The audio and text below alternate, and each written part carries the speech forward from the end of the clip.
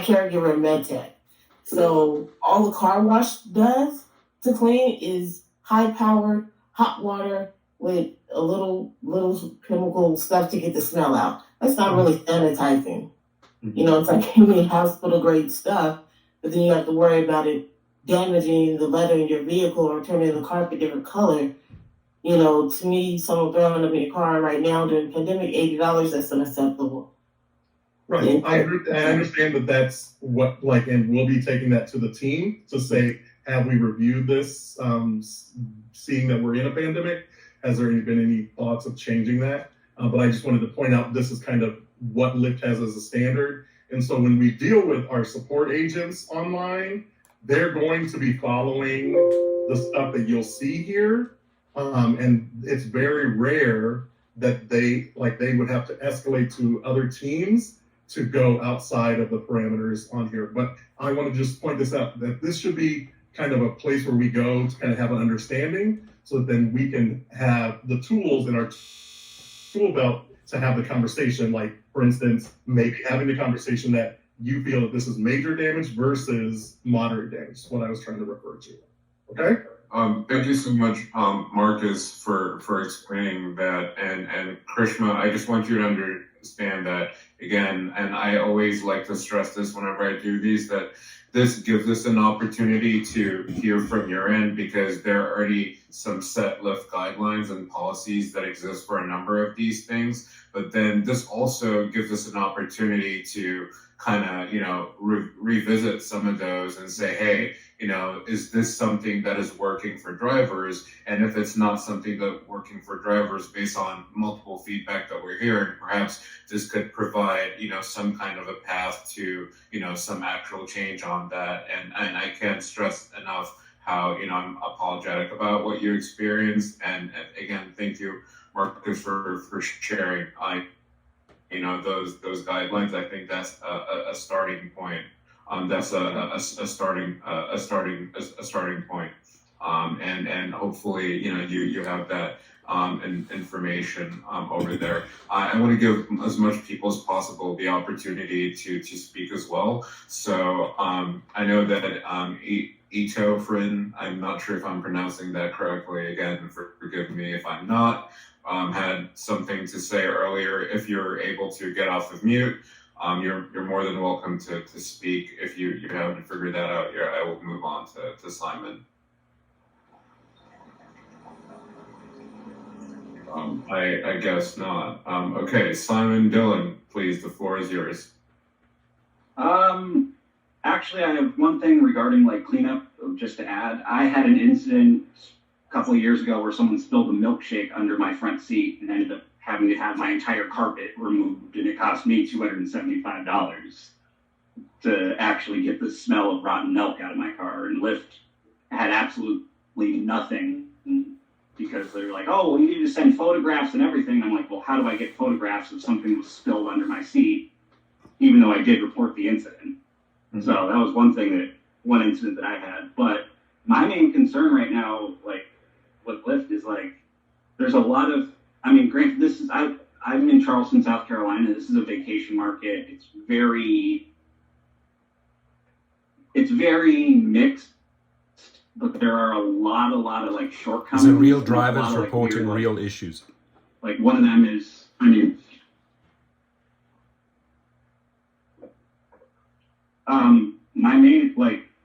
I had an incident about a month and a half ago where I basically wouldn't have gotten paid for a ride because Lyft doesn't have, because it costs money to get in to drop off people, and Lyft had no type of anything. And even though I submitted the paperwork and the receipts, Lyft was like, oh, well, we don't deal with that. Sorry, Simon, can you please explain that issue again? You said that. All right, there's a vacation area out here. It's called, what do you call it? Adesto. There's a big golf course out there and everything. It's like a elite, rich vacation spot. Mm-hmm. To even get on the property, you have to pay money at the door for what they call a use fee for their roads. Okay. and it's $12 for regular vehicles and $18 for what they consider commercial vehicles. The entire ride only paid $19. Mm-hmm. And luckily, the people ended up giving me a $50 tip, but regardless, if they didn't, I would have made $1 off of 35, 40 minutes of my time, and then 35 to 40 minutes back to the city. Bad. And when I submitted that to Lyft was whoever I talked to on customer service, we don't deal with that. That's not our thing. Answer. We want an answer, baby.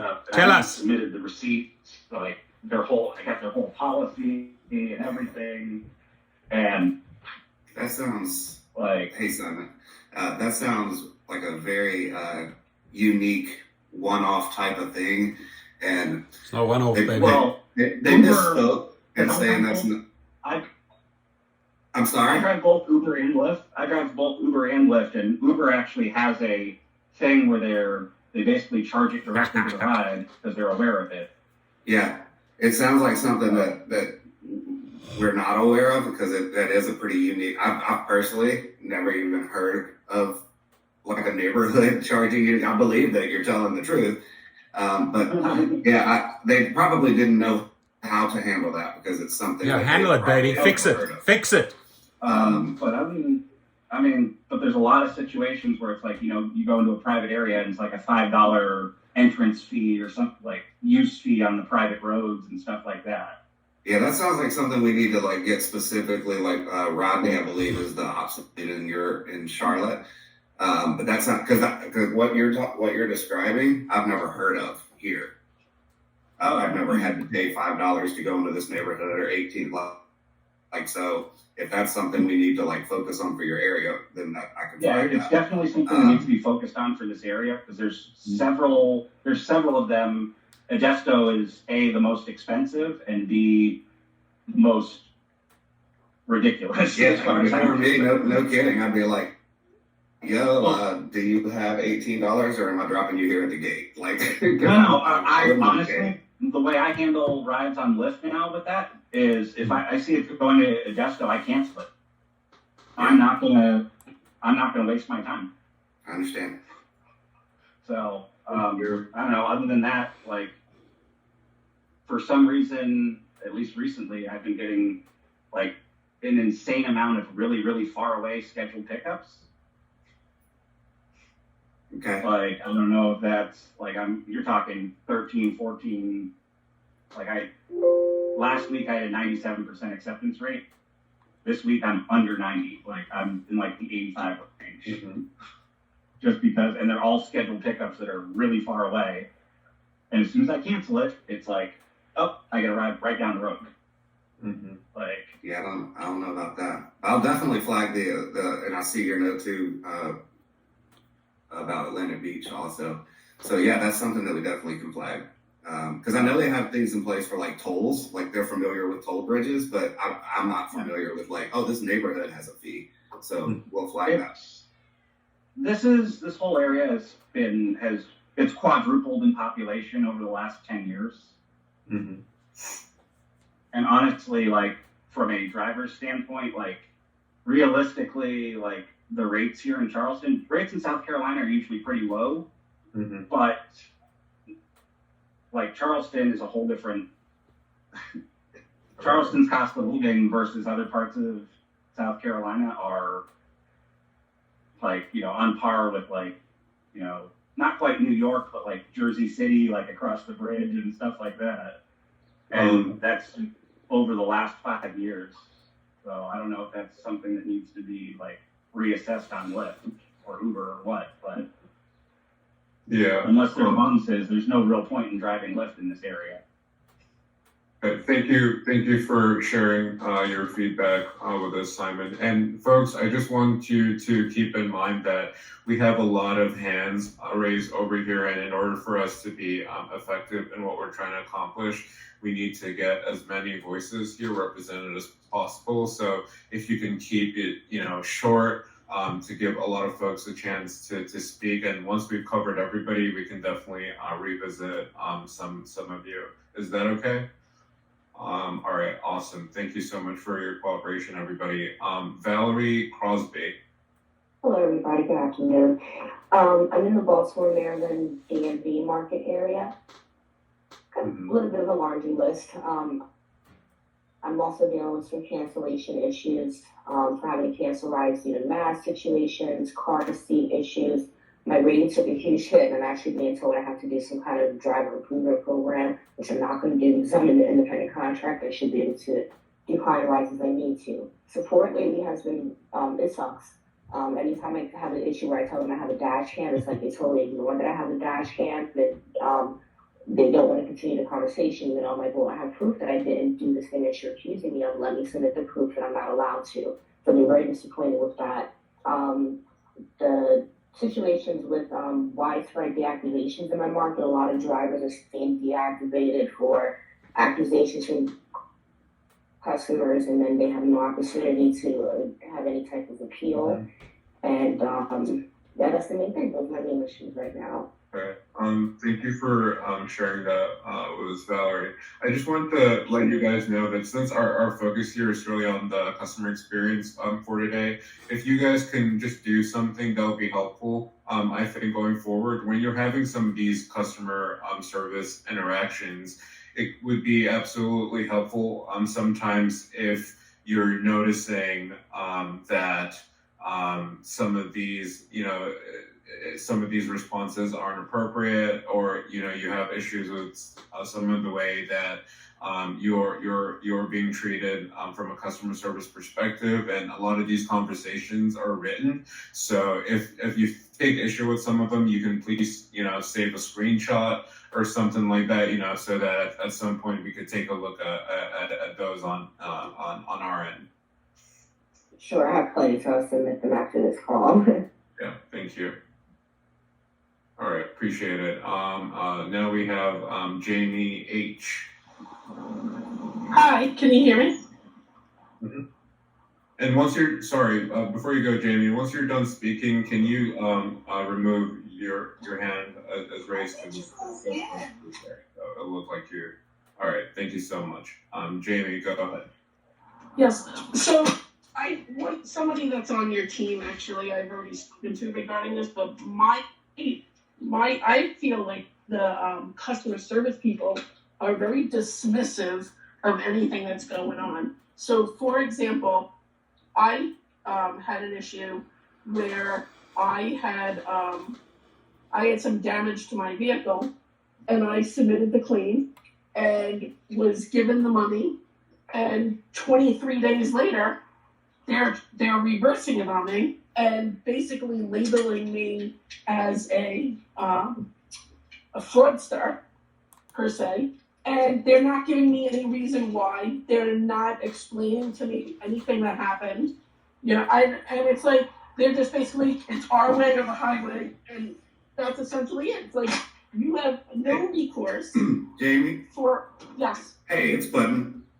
That case was definitely mishandled, and I'm who you've been talking with, and it should be resolved today. So Okay. No, I appreciate it. I'm just my whole point is I didn't want to get wholly involved in the whole explaining it, but I just feel like they're very dismissive. They don't want to listen to what you're saying. It was just, if you go through the emails that I was sent, I was basically told that this is it and that my decision is final. And they're not even reading or responding to what I'm saying. And it's not only this instance, it's a lot of instances when you message about anything, they're very dismissive. It's like they're told to respond a certain way. And then even if you try to escalate it to like a superior, a supervisor or whatever, they're still doing the same thing and telling you that that's the answer and that's it. Like you have no leeway. I definitely get the frustration. We hear all the time like support is not the greatest, and I struggle with that because I know that they get 1.5 million tickets right every day, but Right. The ones that they miss are awful, and I acknowledge that. But this particular instance that you're talking about will be resolved by today. Okay, I appreciate it. No problem. All right. Thank you so much for that, James. Sorry about your experience. I know, and hey, stop it. I have a dog. I know we have Will Moore. Who's next? Hello, Hey, Will. can you hear me? Oh, okay. I just wanted to go back to the vomiting passenger. What Lyft doesn't seem to understand is when somebody vomits in your car, your night's over. I mean, you're losing the money that the rest of the night would have gotten you also. So I just wanted to touch on that real quick. But one of the issues I have is with the platinum rewards. I acquire thousands of these points and I can't use them because I use the Lyft rental, so it doesn't go to card maintenance, and I can't use any of the platinum rewards. They just go to waste, and I wish Lyft had a way of making them available in some way where I could actually use them. Otherwise, that doesn't matter to me if I'm racking up these points because I can't use them. So what you're saying is you have a rental and you're racking up a lot of points, but you can't use them because of they offer them towards maintenance. Yeah, they offer them towards maintenance and insurance and whatnot, and doesn't do me any good.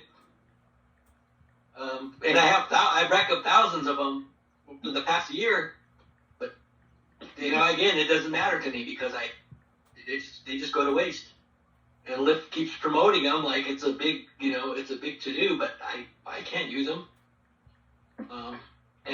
One more issue I wanted to point out with Lyft support. I wish there was a way that they had an appeals section because a lot of times I'm dissatisfied with the way support handles an issue. They just say, okay, it's been settled, goodbye, and I'm like, wait, can I speak to a supervisor? They no, the one's not available. And it's frustrating because my issue hasn't really been resolved. So I just wanted to bring that up. I don't know if anybody deals with that platinum rewards or anything like that they can't use. Thank you so much for sharing that. Before I move on to the next person, has anybody experienced some of the same issues in terms of the platinum rewards?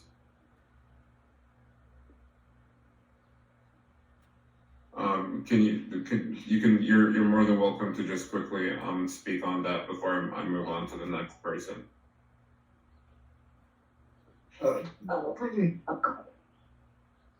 I mean, I don't know. I was in the Pittsburgh market when they started that, and they actually gave I don't know if it was I think it was a 5.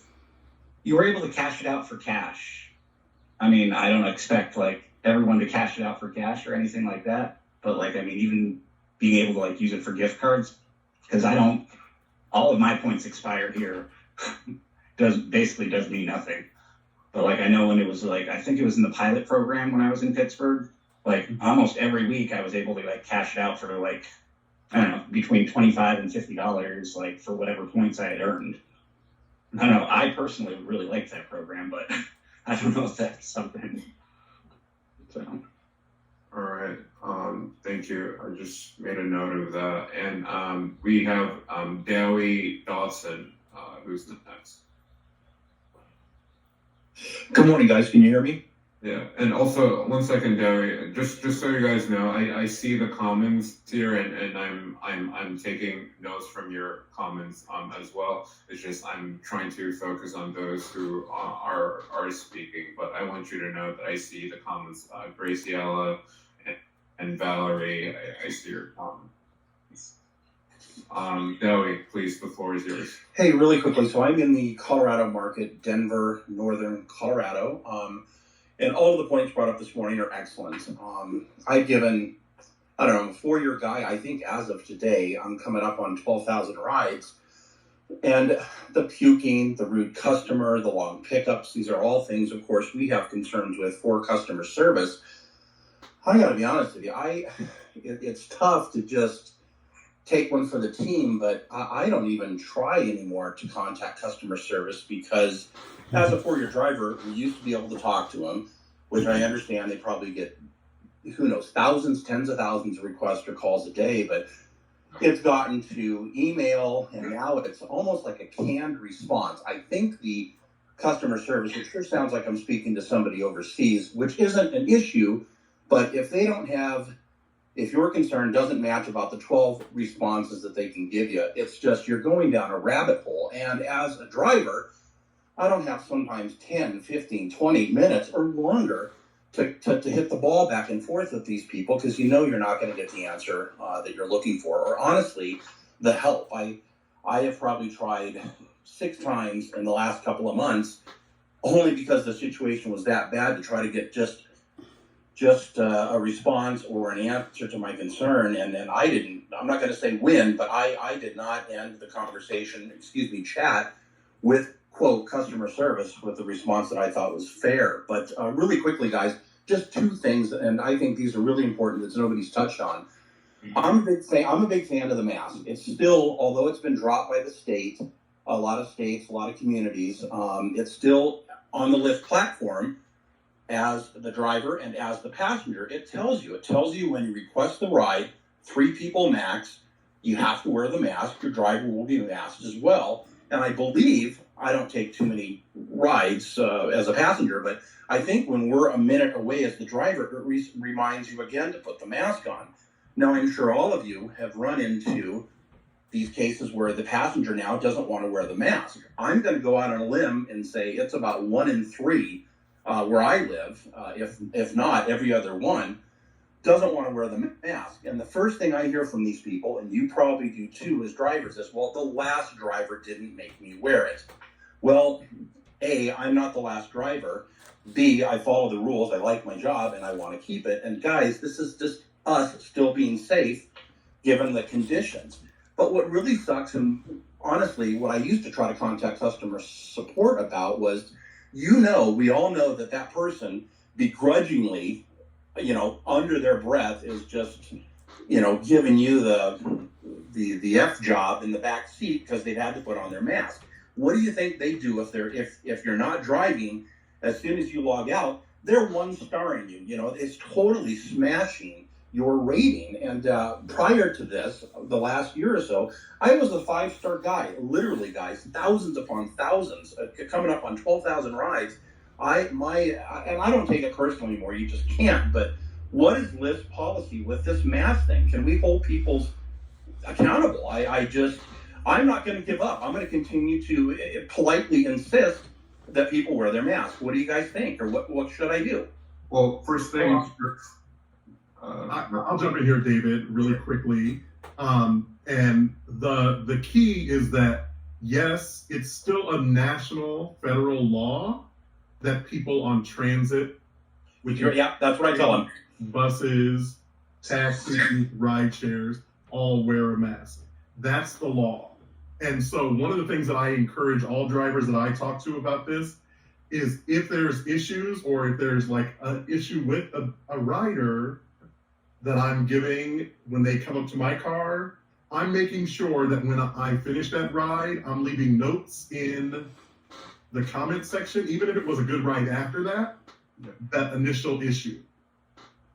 Yeah, I've done that as well, just to protect myself. But it's just so unfortunate, because I'm a polite person and I'm not going to get in an argument with people. And I have canceled the ride, because I'm so glad that Lyft, about 9 months ago, allows us to go ahead and cancel the ride, and then we can check mark face mask issue or too many people in the car. But it is just unfortunate, and I'm sure you guys have gotten the feedback as management that, hey, I work at the airport a lot, and I got to tell you, I can't, whether you see drivers coming and going, they're not wearing their mask and nobody in the car is, and it just makes it really hard for us drivers following the rules when we just get hammered right away before, as the passenger opens the door. You know what I mean? It just doesn't, it's so unfortunate, and I don't think there is an answer other than, you know what I mean, like you just talked about, having a polite conversation and asking, but I'm holding their feet to the fire, and I have turned down plenty of rides. It's unfortunate that they weren't wearing the mask. Mm-hmm. Yeah. And just to echo Marcus's sentiments that it is a law, and folks have to abide by national guidelines. But just some advice for you is that you a lot of passengers can be dishonest, and as you know that begrudgingly under their breath, they're just waiting to kind of give you that 1 star.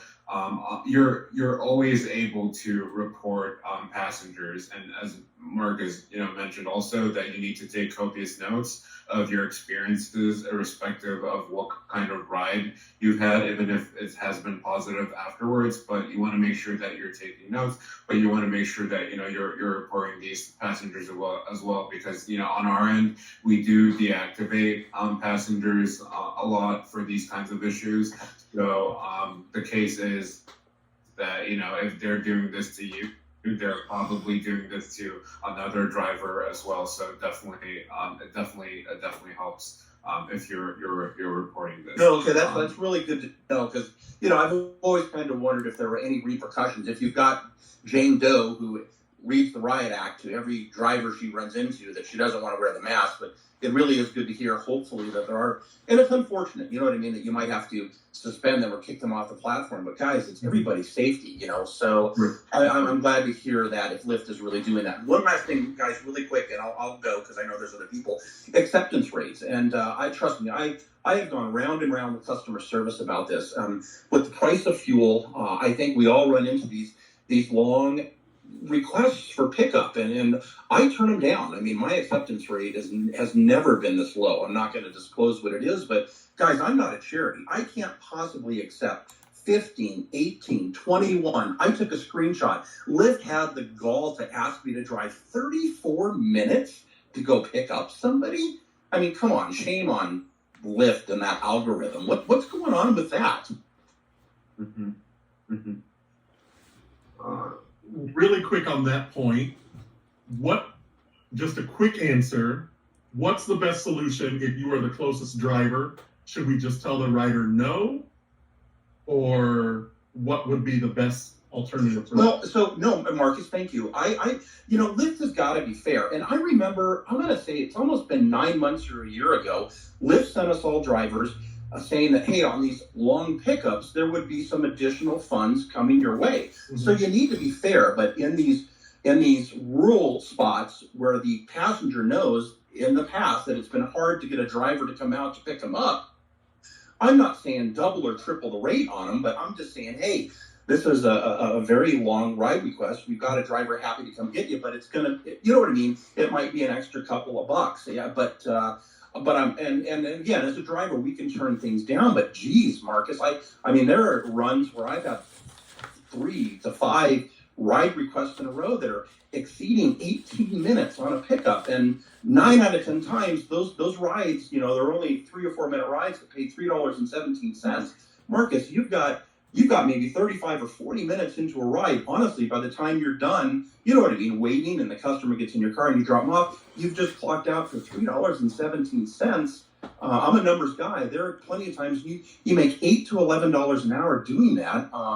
So I know that's a real tough one, but I would say bump the fees on a long ride request. And the team has been testing different long pickup bonuses and to be honest, the test that they just finished running with that did not increase drivers actually picking those rides up. And so they're retooling what that looks like. I live in a rural place, and my population of my town is 800 people. So I'm often driving 25 minutes if I start at my house before I pick somebody up as well.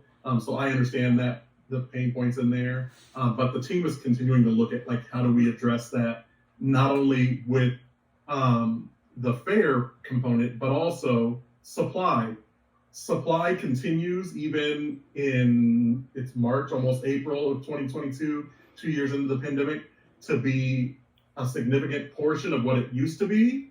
And we need more drivers everywhere. That's what I was going to ask you. Supply meaning available drivers to pick up these passengers. But I'm going to get off so somebody else can ask a question. But I am worried about my acceptance rate, but I've got to look out for myself. I mean, I don't think Lyft expects us drivers to continue to. I personally think a 15-minute or longer ride request is just out of the realm of financial, I'm going to say responsibility, but you know what I mean. I just with gas at $4 plus a gallon, And your time, it's just I can't take this ride request. I don't know who else can't, but that's my take on it, guys.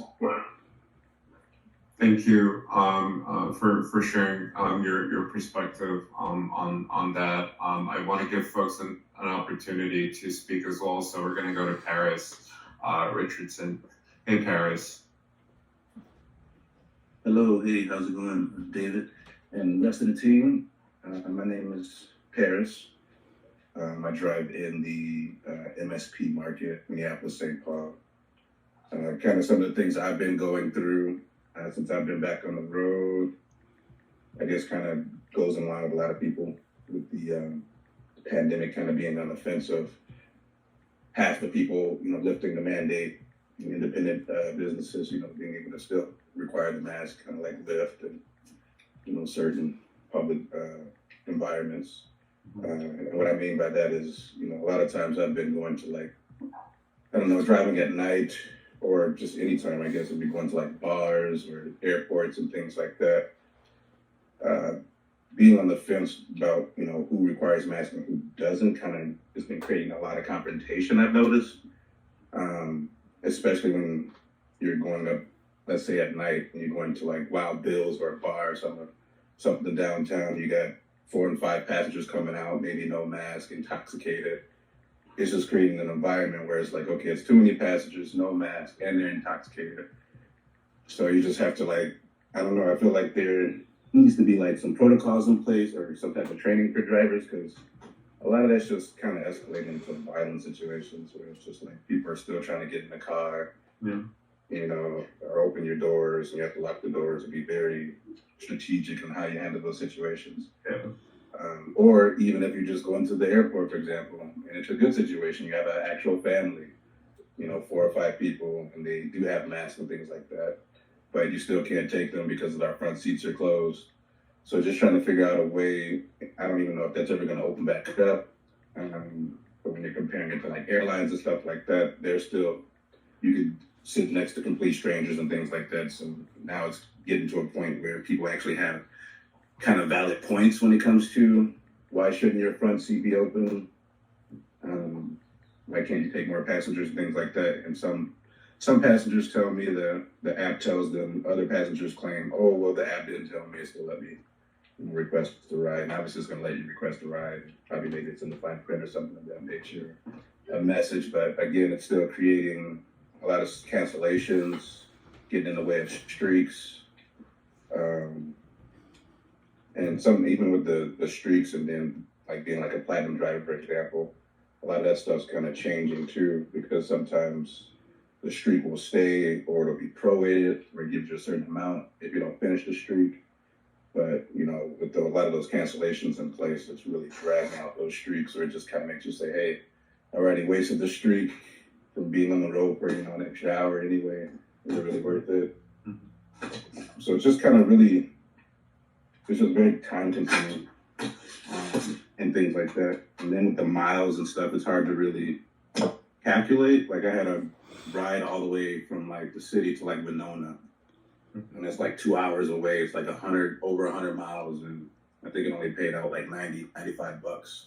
And I know I've seen like in like the fine print or somewhere in like my rate card, it said that there's like a 55-cent surcharge and things like that where you should get bonus. But I go to like Rochester from like the airport and get paid like $65.70. So it's like, that's only like an hour and 20 minutes.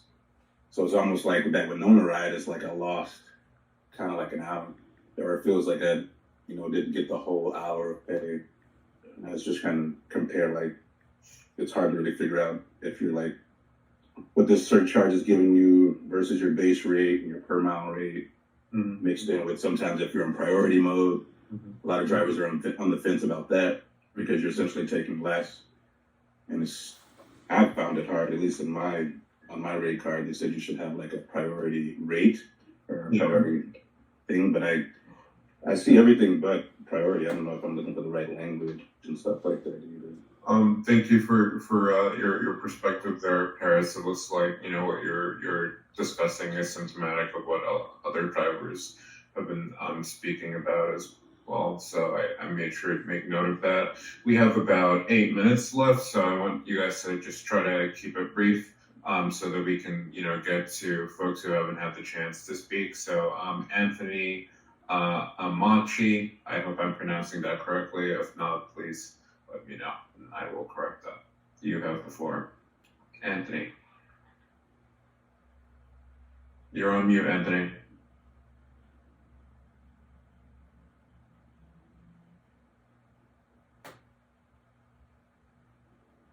Yeah, you just have to. Can you hear me now? Yep, we can hear you. Okay. Thank you for taking me. I just have 3 things, or maybe I'll make it 2 because of time. Then I'll say what I think should be the best way. So one is like the long ride. Like I drive in Memphis, so most of the time our long rides are like going to Nashville, which is 3 hours. It's the last time I wanted to cancel it, but I did not cancel it. I took it because the people I was driving were like, they were just, I was like, I can't do them like this because they're going to be waiting for another ride. So, but after that ride, I regretted it because I was driving back by myself and the ride didn't even pay me much and I missed my goal because I used to have a goal every day. I wasted 6 hours and I didn't reach my goal because if I had driven that 6 hours, I would actually exceed my goal. So, but I have a suggestion for that, which is like a way to incentivize the drivers. I think you should make it because because the next time I'm going to cancel it, but I don't know if the rider is going to tip or not. So I think you should put a tip in front, like make it mandatory or some kind of way. If the driver is going to be tipping, maybe ask the passengers to tip ahead of time. So for your long ride, you could show that there's an incentive, there's extra tip for the passenger. So we know, okay, this guy needs a ride, it's long, but he's gonna tip. He's gonna tip this much. So we could decide, okay, yes, it's fair now. At least the customer is helping. So, and I think that will also help also if it happens for the long ride request. But sometimes I also cancel rides when they are like 18 minutes to go pick up. I just cancel it without knowing anything. So if there's extra, maybe, what's it called? If that incentive, also tip incentive is shown, I could decide to, okay, extra $10 tip from the customer, I'll go pick up. Yeah. So actually what I do now is just cancel. I've actually tried it one time because the Lyft used to be good at when there's 15 minutes ride, when you're like 2 minutes into it, they switch you 1 minute pickup or 5 minute pickup to go pick up someone and the time is shorter for you. So I used to think that would work. So when I accept 21 minutes, when I accept a 21 minutes pickup time, I expect Lyft to try to change it at some time, but they don't recently. So I don't think that's a good thing. Yeah. I think those are a lot of brilliant ideas, Anthony. Hopefully that's something that we can actualize. So great suggestion. Thank you so much for that. Okay. We have Finally, one last comment on the whole thing. Sure. I think based on I've been driving for 5 years. I'm a good driver, and I've driven over 10,000 rides in Lyft, over 10,000 in Uber. I think the safest, if you want to think of it from my own perspective, the safest rides are always when there's one driver and one passenger. I'm not going to say much until maybe you guys have something on safety. I will really expand on this, but look, I think it's just some from me to you guys. Yeah. All right. Thank you so much for that. We have Gazacho Fantaye and Damina. All right. Yeah, Ndamina. How are you doing, guys? I'm calling from Vancouver. I got a quick question.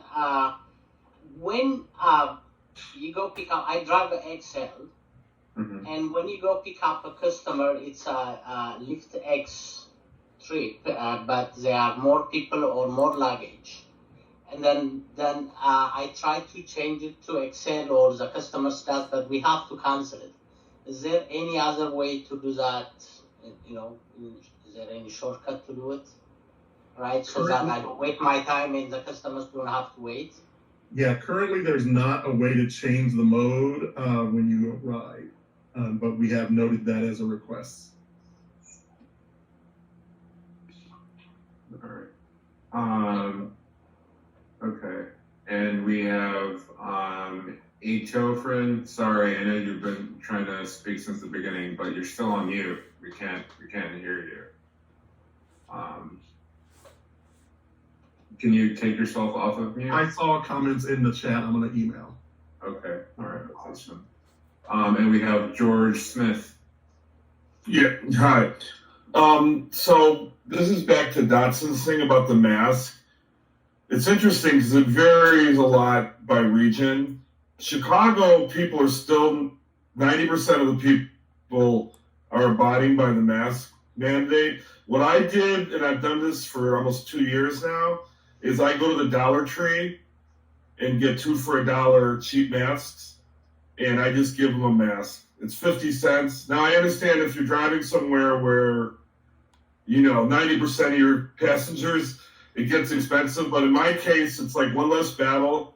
I had a guy today, and he had some family issues, and he couldn't get his mask, and he was like appreciative and put it on. So it's a possible solution. I agree, though, that the ambiguity makes it difficult, but I'm glad they've kept the mask mandate in place, and don't go back and forth. That's probably been in Chicago, like grocery stores. When you go back and forth, that's what causes the problem. Don't lift the mask mandate until you're 100% sure, because once you lift it, then we're all screwed, But the 2 for $1 mask, you probably on Amazon even get it cheaper. It's just one less battle, Thank you so much for that, George. Well, folks, it looks like we're about time. Again, thank you all so much for taking the times out of your schedules to give us, this detailed feedback. As we're looping in the other teams, we're showing them a lot of what you're saying, and it gives us an opportunity to actually do some work on some of this. It's never going to be perfect, but so long as you guys take the time to share the experiences on the platform with this, it puts us one step closer to making this platform better for you, because overall we're working with you guys to make Lyft what it needs to be. So thank you all for that, and we will see you next time. Take care, everybody. Bye. Thank you so much. Absolutely. Thank you. Bye. Bye, everyone. Thank you.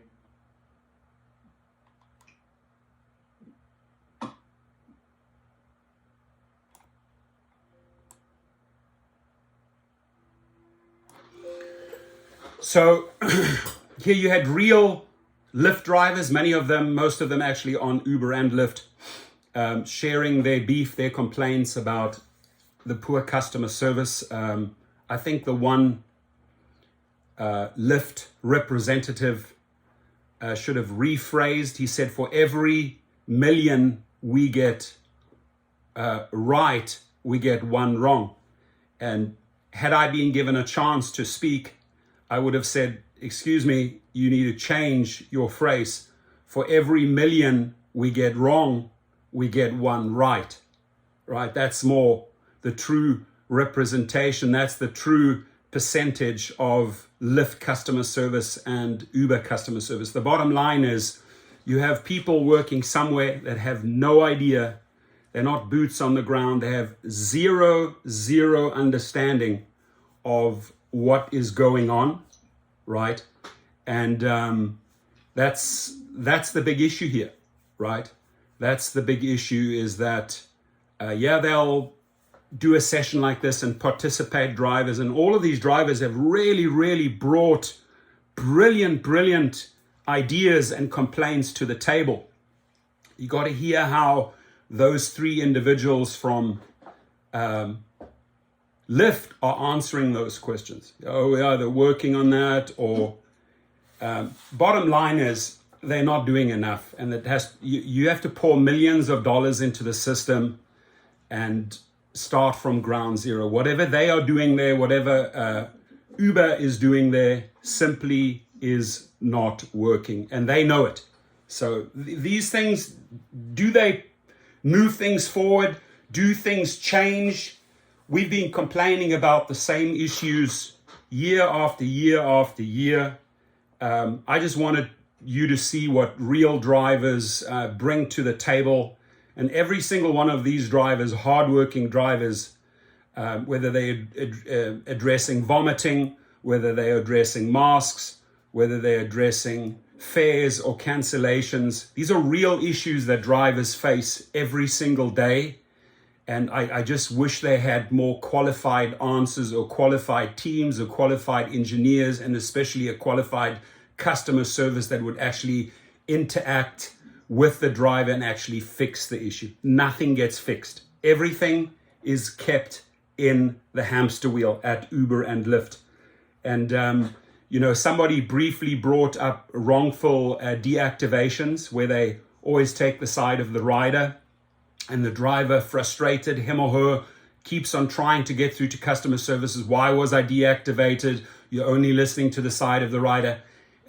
You can see the Lyft representatives brushed any driver off if the question became too tough or too uncomfortable, right? They would quickly either change the person to another person or change direction, right? It's those uncomfortable questions that these individuals, and they paid by Lyft, but they're not willing to address them, and they're not willing to change it. So what does a session like this do? Okay, they get to record it. They get to record me as well. Good, right? I would have brought up the fact of the referrals, and I'm still on the platform referring hundreds and hundreds of drivers, thousands over the years, and have not received any compensation because of the way they bait and switch.